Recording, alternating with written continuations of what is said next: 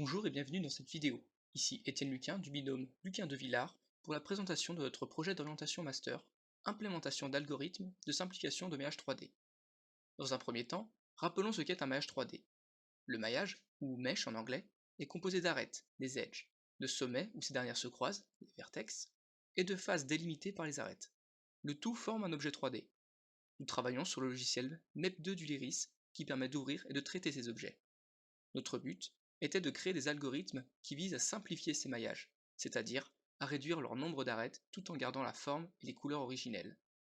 Pour supprimer une arête, nous utilisons une technique déjà existante, le Edge Collapse. Le principe est de supprimer une arête en fusionnant les deux sommets qui la composent. La problématique est la suivante. Quelles arêtes choisir pour réduire le maillage? Nous avons donc développé plusieurs méthodes de plus en plus efficaces. La première consiste à parcourir toutes les arêtes du maillage, à récupérer leur taille, puis à supprimer la plus petite, c'est-à-dire celle qui déformera le moins la géométrie de l'objet. Puis le processus recommence. L'algorithme est simple et le temps d'exécution rapide, mais les résultats obtenus sont décevants. Des creux se forment sur les bords du maillage. Par la suite, nous avons opté pour une nouvelle heuristique. Nous calculons la somme des aires des faces autour des arêtes et nous simulons l'edge collapse. Nous recalculons la somme des aires autour du nouveau point. Enfin, nous comparons ces deux sommes et choisissons de retirer l'arête dont la simulation a retourné la plus petite valeur. Pour être encore plus précis, nous simulons le point fictif non pas au milieu de l'arête, mais à 5 endroits différents, aux deux extrémités, au premier quart, à la moitié et au troisième quart, afin de conserver au mieux la forme de l'objet. La méthode est lourde en temps d'exécution, mais la forme des résultats est très satisfaisante. La couleur quant à elle est négligée. Il nous faut une solution pour pallier ce problème. Pour ce qui est des couleurs, nous avons dû dans un premier temps changer de repère.